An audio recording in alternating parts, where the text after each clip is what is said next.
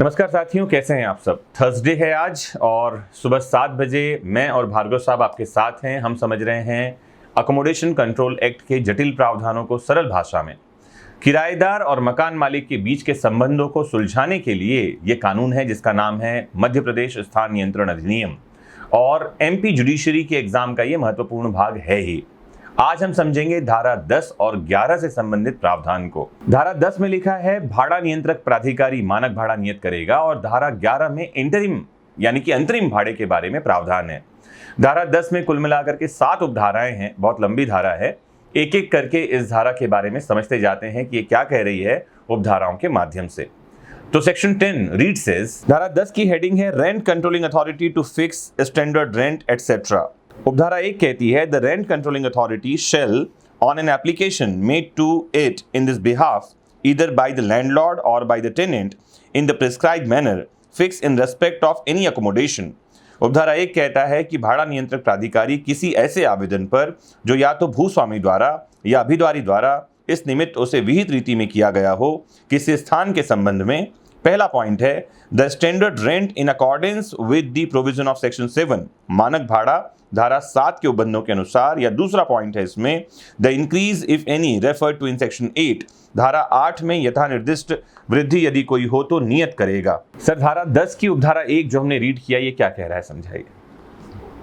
देखिए, जहाँ भाड़े के संदर्भ में भूस्वामी और किराएदार के बीच में कोई विवाद होता है जी, किराएदार कहता है ये किराया ज्यादा है जी, वो नहीं देना चाहता जी, या मकान मालिक ये कहता है कि ये किराया निश्चित है, किराएदार इतना किराया नहीं दे रहा है जी, तो ये धारा दोनों के लिए माने प्रावधान करती है जी, कि मानक भाड़ा निर्धारित कराने के लिए किराएदार भी भाड़ा नियंत्रण अधिकारी के सामने पहुंच सकता है जी, और भूस्वामी भी जा सकता है जी, लेकिन उनके लिए जो आवेदन दिया जाएगा वो विहित प्रीति में है। जी, लिखा है in the prescribed format. Yes, prescribed है ना, prescribed word is not defined in accommodation control act. जी, prescribed word is defined in CPC. जी, वहाँ लिखा हुआ prescribed means prescribed by rules. जी, विहित से मतलब नियमों के द्वारा विहित, नियमों द्वारा, वो सीपीसी के नियम, वो सीपी मैंने प्रेस्क्राइब्ड की परिभाषा है, प्रिस्क्राइब्ड परिभाषा है। अब यहाँ जैसे प्रेस्क्राइब दिया है तो 1961 के जो मध्य प्रदेश स्थान नियंत्रण अधिनियम बना है जी, इस संबंध में भी धारा 50 में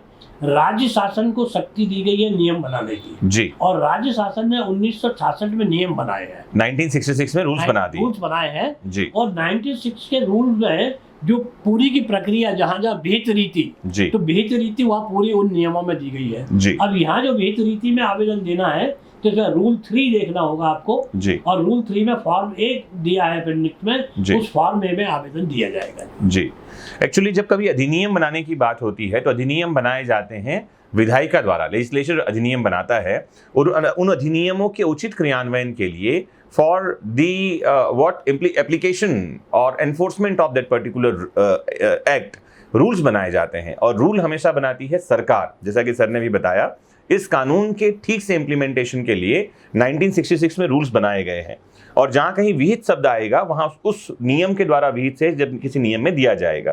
देखिए, ये नियम बनाए जाते हैं जी, they have got the force of law. जी, क्यों कानून के द्वारा सरकार को पावर दी गई है जी, कि आप ये नियम बना सकते कि हैं, आप ये नियम बना सकते हैं। जी। अकोमोडेशन कंट्रोल एक्ट की धारा 50 में नियम बनाने की शक्ति, स्पेसिफिक रूप से नियम बनाने की शक्ति दी थी है जी, और जब नियम 1966 के उसको अगर हम ऊपर पढ़े तो उसी धारा का उल्लेख किया गया है जी। कि धारा 50 में दी गई शक्तियों के अंतर्गत जी। ये नियम बनाए जा रहे हैं जी, शासन द्वारा। जी, तो वो नियम जो है कानून का प्रभाव रखते हैं जी। और वो part and partial of that act रहते हैं। जी। तो मानक भाड़ा नियत करेगा भाड़ा नियंत्रक प्राधिकारी, एग्जाम में प्रश्न बनता है। आइए देखते हैं उपधारा 2 क्या कहती है। Subsection 2 read says in fixing the standard rent of accommodation और the lawful increase thereof the rent controlling authority shall fix an amount which appears to it to be reasonable having regard to the provisions of section 7 and section 8 and the circumstances of the case. किसी स्थान का मानक भाड़ा या उसकी विधिपूर्ण वृद्धि नियत करते समय भाड़ा नियंत्रक प्राधिकारी कोई ऐसी रकम नियत करेगा जो उसे धारा 7 या धारा 8 के उपबंधों तथा उस मामले की परिस्थितियों को ध्यान में रखते हुए युक्तियुक्त प्रतीत हो। उपधारा 2 में जो हमने पढ़ा सर, वो हम बात कर रहे हैं तब जब लैंडलॉर्ड और टेनेंट जो है ये आपस में सहमत नहीं हो रहे हैं किसी भाड़े पर, तब हम बात कर रहे हैं इसके बारे में। और भाड़ा नियंत्रक प्राधिकारी को अधिकार दे दिया गया है कि वो मानक भाड़ा नियत करे। इसमें शब्द आया है सर युक्ति युक्त। ये युक्ति युक्त का मतलब क्या है? देखिए, उपधारा 1 जो हमने पढ़ी, जी उपधारा 1 में दोनों चीजों को है, मानक भाड़ा का निर्धारण भी जी। और भाड़े में वृद्धि भी, माने धारा 7 के अंतर्गत, धारा 8 के अंतर्गत। जी अगर मान लीजिए मानक भाड़ा है लेकिन वृद्धि करना चाह रहा है जी तो आवेदन दोनों ही के लिए वहां हो जाएगा। जी। और युक्ति युक्त वर्ड से तात्पर्य वहां पे दिया गया है एक प्रूडेंट मैन, एक जी। सामान्य विवेक का व्यक्ति जी। किसी भी परिस्थिति में जी। कि मकान में किस प्रकार का फर्निश है, जी। किस प्रकार की इसमें एक्कोमोडेशन है, क्या जी। क्या सुविधाएं हैं, जी। उन सब चीजों को दृष्टिगत रखते हुए जी क्या वो वृद्धि उचित है जी। या क्या मानक भाड़ा कितना होना चाहिए। जी। मतलब युक्ति युक्त से तात्पर्य it is a matter of discussion of the rent controlling authority according to the circumstances of the accommodation, उसकी परिस्थिति उसकी स्थिति में है, उसको देखते हुए उस पर निर्भर करेगा। जी। मतलब it can not be arbitrary, ये मनमाना नहीं हो सकता, धारा 7 और 8 के प्रावधानों के अनुसार होगा। आइए देखें उपधारा 3 क्या कह रही है। Subsection 3 reads says, in fixing the standard rent of any accommodation, part of which has been lawfully sublet, the rent controlling authority may also fix the standard rent of the part sublet. लिखा है किसी ऐसे स्थान का जिसका कि कोई भाग विधि पूर्वक उप भाड़े पर दे दिया गया हो, मानक भाड़ा नियत करने में भाड़ा नियंत्रक प्राधिकारी उप भाड़े पर दिए गए मानक भाड़ा भी नियत कर सकेगा। तो सर अभी हमने जो उपधारा 3 पढ़ा, इसमें हम बात कर रहे हैं उप भाड़े के बारे में, सबलेट के बारे में। Subletting it must be lawful, हाँ विधिपूर्ण लिखा हुआ है। विधिपूर्ण बहुत महत्वपूर्ण है जी। और विधिपूर्ण के लिए हमको धारा 14 देखना होगी उसके जी लिए। जी। धारा 14 में प्रावधान किया गया है कि कोई भी किराएदार, जैसे मान लीजिए किसी व्यक्ति ने मकान लिया, 6 कमरों का मकान है और उसके बाद में उसके परिवार के कुछ सदस्य जो है, जैसे बच्चे वगैरह कहीं बाहर जॉब में चले गए, उसके परिवार में 6 सदस्य थे, अब उसके बाद में उसके 2 ही सदस्य रह गए, अब उनको 6 कमरों की आवश्यकता नहीं है, तो वो 4 कमरों को दूसरे को किसी किराए पर दे सकता है। लेकिन उसके लिए धारा 14 ये कहती है कि उससे सबलेट करने के पहले लैंडलॉर्ड की रिटर्न परमिशन लेना होगी जी, तब वो विधिपूर्ण होगा। और विधिपूर्ण अगर किया है तो अब विधिपूर्ण का उसका किराया कितना रहेगा, तो यहाँ पर तात्पर्य है कि अगर मान लीजिए जहाँ तक ओरिजिनल टेनेंट एंड सबटेनेंट का रिलेशन है जी, तो उनका भी रिलेशन आपस में वही होगा, मकान मालिक किराएदार ओरिजिनल टेनेंट जी जी, माने original tenant will be the landlord for subtenant जी। तो उनमें अगर कोई विवाद होता है तो उसके लिए भी वही कर सकता है। यहाँ क्वेश्चन बनता है कि सबलेट के लिए, उप भाड़े पर देने के लिए कौन मानक भाड़ा नियत करेगा, तो आपका आंसर है रेंट कंट्रोलिंग अथॉरिटी। से ध्यान में रखिएगा। आइए देखते हैं उपधारा 4 सबसेक्शन 4 क्या कहती है। Subsection 4 reads says, where for any reason it is not possible to determine the standard rent of any accommodation on the principles set forth under section 7, the rent controlling authority may fix such rent as would be reasonable having regard to the situation, locality and condition of the accommodation and the amenities provided therein, and where there are similar or nearly similar accommodations in the locality, having regard also to the standard rent payable in respect of such accommodations. उपधारा 4 कहती है कि जहां किसी कारण से किसी स्थान का मानक भाड़ा उन सिद्धांतों पर जो कि धारा 7 के अधीन उपवर्णित है अवधारित करना संभव न हो, वहां भाड़ा नियंत्रक प्राधिकारी ऐसा भाड़ा नियत करेगा जो उस स्थान की स्थिति, स्थानिकता तथा अवस्था एवं उसमें दी गई सुख सुविधाओं को ध्यान में रखते हुए, और जहां उस स्थानिकता में वे वैसे ही लगभग वैसे ही स्थान हो, वहां ऐसे स्थानों के संबंध में देय मानक भाड़े को ध्यान में रखते हुए युक्ति युक्त हो, ऐसा कह रहा है। सर उपधारा 4 जो भी हमने पढ़ा ये कह रहा है जब मानक भाड़ा नियत करना संभव न हो।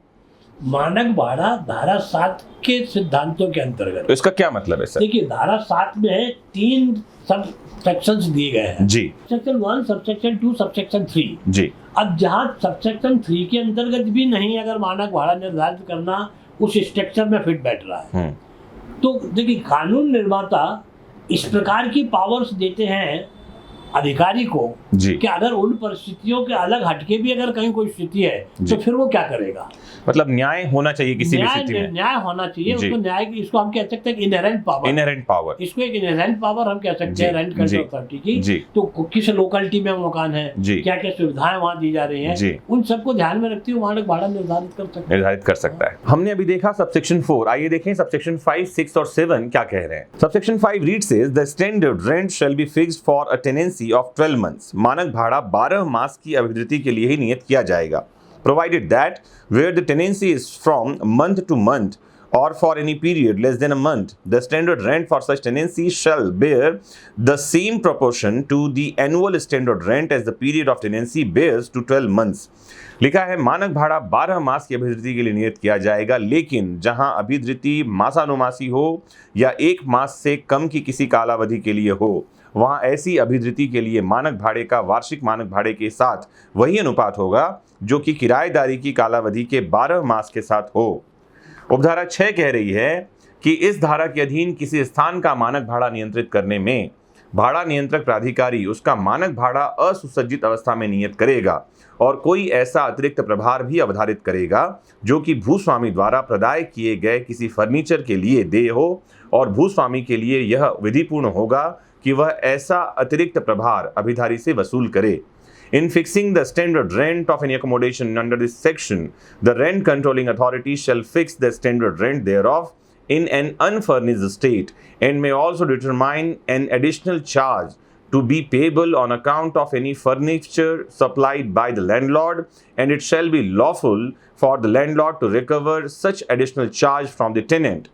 Last subsection 7 says that in fixing the standard rent of an accommodation under this section, the rent controlling authority shall specify a date from which the standard rent so fixed shall be deemed to have effect, provided that in no case the date so specified shall be earlier than 30 days prior to the date of the filing of the application for the fixation of the standard rent.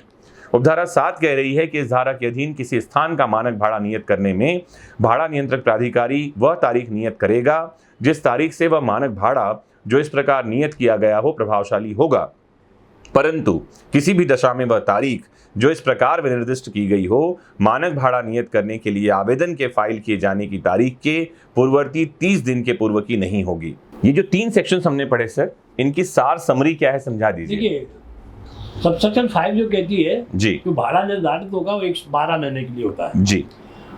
अगर मान लीजिए मासानुमासी अगर है किराएदारी month two month है जी, तो उसको 12 से divide कर देंगे जी, वो भाड़ा 1 महीने का आ जाएगा जी। ये धारा 5 कहती है जी। धारा 6 ये कहती है कि धारा 6 के अंतर्गत जो मानक भाड़ा निर्धारित किया जाएगा वो अनफर्निश्ड का किया जाएगा जी, एकोमोडेशन का जी, और उसमें फर्नीचर वगैरह या अलग से और कुछ सुविधा दी है उनका एक्स्ट्रा किराया वो ले सकता है, एक्स्ट्रा भाड़ा ले सकता है जी, उसके लिए उसको परमिशन है। और उपधारा 7 ये कहती है कि जो मानक भाड़ा निर्धारित किया गया है जी, वो मानक भाड़ा किस तारीख से देय होगा ये लैंडलॉर्ड बताएगा। ये लैंडलॉर्ड नहीं, ये रेंट कंट्रोल अथॉरिटी अपने ऑर्डर में डेट फिक्स करेगा। जिस तारीख को आवेदन दिया है, चाहे वो आवेदन लैंडलॉर्ड ने दिया हो या टेनेंट ने दिया हो, जिस तारीख का आवेदन दिया है उससे 1 महीने पहले की नहीं होगा। जैसे मान लीजिएगा अगर 1 फरवरी को आवेदन दिया गया तो 1 जनवरी से जो है वो किराया उसके बाद पहले का नहीं। आप दिसंबर से किराया निर्धारित नहीं करा सकते।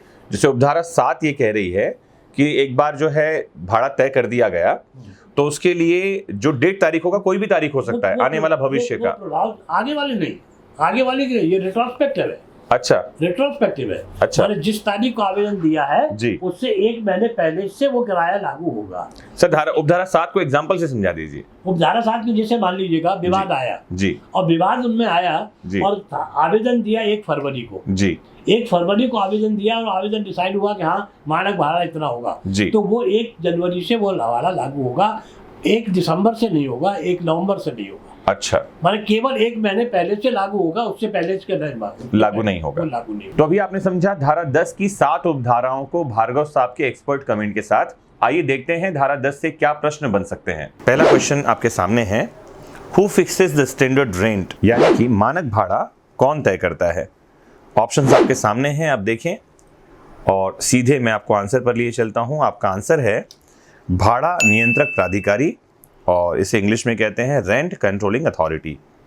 चलते हैं अगले प्रश्न पर। अगला प्रश्न आपके सामने है, who can fix standard rent of the part sublet, किसी भाग के उपभाड़े का मानक भाड़ा कौन तय करता है। और जैसा कि आपको बताया मैंने, जो मानक भाड़ा तय करता है वही स्टैंडर्ड रेंट तय करता है पार्ट ऑफ सबलेट के लिए भी। तो उपभाड़े का मानक भाड़ा भी भाड़ा नियंत्रक प्राधिकारी द्वारा ही तय किया जाता है। आंसर है रेंट कंट्रोलिंग अथॉरिटी। चलते हैं अगले क्वेश्चन पर। Under accommodation control act 1961, what is the maximum period for which standard rent shall be fixed for a tenancy. प्रश्न है, मध्य प्रदेश स्थान नियंत्रण अधिनियम 1961 के अंतर्गत अभिधृति के मानक भाड़े की अधिकतम अवधि क्या होगी। ऑप्शंस आपके सामने हैं और सीधे मैं आपको आंसर पर लिए चलता हूं। आपका आंसर है 1 ईयर, 1 साल। चलते हैं अगले प्रश्न पर। The standard rent shall be fixed for tenancy of, options आपके सामने हैं और सीधे मैं आपको आंसर पर लिए चलता हूं और यह आंसर है 12 महीने, 12 मंथ्स। लास्ट क्वेश्चन इस सेक्शन से रिलेटेड। भाड़ा नियंत्रक प्राधिकारी द्वारा मूल्यांकित भाड़े की वसूली के लिए for recovery of rent assessed by the rent control authority, here are the options और आपका आंसर है a suit for recovery is to be filed before the civil court. मतलब सिविल न्यायालय के समक्ष वसूली का वाद दायर किया जाएगा या किया जाना चाहिए। तो अभी आपने समझा धारा 10 से कौन कौन से प्रश्न बन सकते हैं महत्वपूर्ण। धारा 11 का संबंध भी इस टॉपिक से ही है। तो आइए सर से समझते हैं सीधे ही कि धारा 11 में जो इंटरिम जो भाड़ा है, अंतरिम भाड़ा जो इंटरिम रेंट है, उसको निर्धारण करने के बारे में क्या प्रावधान है। सर कम शब्दों में समझा दीजिए, फिर उसके क्वेश्चन देखते हैं। एक्चुअली में क्या होता है कि जैसे भाड़ा के बारे में कोई विवाद हुआ और आवेदन पेश किया धारा 10 के अंदर जी, आवेदन पेश होने के ये तो है नहीं कि हाल तत्काल आवेदन का निराकरण हो जाए जी, उस आवेदन में समय लगेगा जी, और जब तक समय लगेगा तब तक मकान वाले को किराएदार की किराए का लेन देन बंद नहीं रहेगा जी, वो लेन देन तो चलेगा। तो उस पीरियड के लिए आवेदन के निराकरण के दौरान कितना भाड़ा दिया जाएगा वो अंतरिम भाड़ा होता है, वो भी आदेश में कर दिया जाएगा। अब इसमें से एक क्वेश्चन बनता है आपके एग्जाम में कि अंतरिम भाड़ा कौन नियत करेगा, ये क्वेश्चन बनता है। भाड़ा नियंत्रण अधिकारी, और इसका आंसर भी है आपका रेंट कंट्रोलिंग अथॉरिटी यानी भाड़ा नियंत्रक प्राधिकारी। सेक्शन 11 यही कहती है जी। आइए देखते हैं धारा 11 से कौन कौन से प्रश्न बन सकते हैं। On application rent control authority shall fix the interim rent it is provided in MP accommodation control act in. आवेदन पर भाड़ा नियंत्रक प्राधिकारी द्वारा अंतरिम भाड़ा नियत किया जाएगा। यह मध्य प्रदेश स्थान नियंत्रण अधिनियम की कौन सी धारा में प्रावधानित है। ऑप्शंस आपके सामने हैं और ठीक है, आपको समझ में आ ही गया होगा। धारा 11 से संबंधित हम क्वेश्चन आंसर कर रहे हैं और इसका आंसर है सेक्शन 11। एक क्वेश्चन और इस सेक्शन से बन सकता है जो आपके सामने है। Pending final decision on the application for fixing the rent and interim rent में बी फिक्स्ड बाय। मानक भाड़ा नियत करने के लिए आवेदन किए जाने पर अंतिम आदेश दिए जाने से पहले अंतरिम भाड़ा कौन नियत करेगा या किसके द्वारा नियत किया जाएगा। ऑप्शंस आपके सामने हैं और याद कर लें, यह है रेंट कंट्रोलिंग अथॉरिटी, जिसे कहते हैं भाड़ा नियंत्रक प्राधिकारी। तो फ्रेंड्स, आज के इस एग्जॉस्टिव लेक्चर में आपने समझा धारा 10 और 11 के महत्वपूर्ण प्रावधानों को और साथ ही आपने समझा उनसे रिलेटेड महत्वपूर्ण प्रश्नों को भी। आप अकोमोडेशन कंट्रोल के बाद किस और टॉपिक पर डिटेल में लेक्चर चाहते हैं, ऐसा ही सीरीज चाहते हैं, क्योंकि हम हर थर्सडे आते रहेंगे सुबह 7 बजे भार्गव साहब के एक्सपर्ट कमेंट के साथ। तो ज़रूर हमें कमेंट बॉक्स में लिखिए, लाइक और शेयर तो कर ही लीजिएगा। अगर आपने चैनल सब्सक्राइब कर रखा है ऑलरेडी तो बेल आइकॉन क्लिक कर लीजिए ताकि नए लेक्चर्स के अपडेट आपको मिलते रहें। जुड़े रहिए।